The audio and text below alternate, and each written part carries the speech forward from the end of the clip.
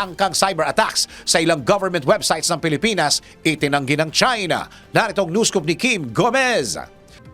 Pinabulaanan ng China ang tangka umanong cyber attacks sa ilang government websites ng Pilipinas. Tugon ito ng China sa ibinunyag ni Department of Information and Communications Technology under Secretary Jeffrey Ian D. Napigilan nila ang cyber attacks sa websites ng Overseas Workers Welfare Administration. Una nang inihayag ni D na natuntun nila ang advanced threat groups na nag-ooperate as Chinese territories. Tinawag ng Chinese Embassy na irresponsable ang nasabing ulat ng opisyal. Ayon sa embahada, sa katunayan ay patuloy ang kampanya ng Chinese government laban sa lahat ng uri ng cyber attack, alinsunod sa batas. Hindi umano pinapayagan at kinukonsinti ng kanilang pamahalaan ang anumang bansa o sino mang individual na masangkot sa cyber attack at iba pang iligal na aktibidad sa bakuran mismo ng China. At yan ang news scoop. Ako si Kim Gomez, nagbabalita ng tama, naglilingkod ng tama.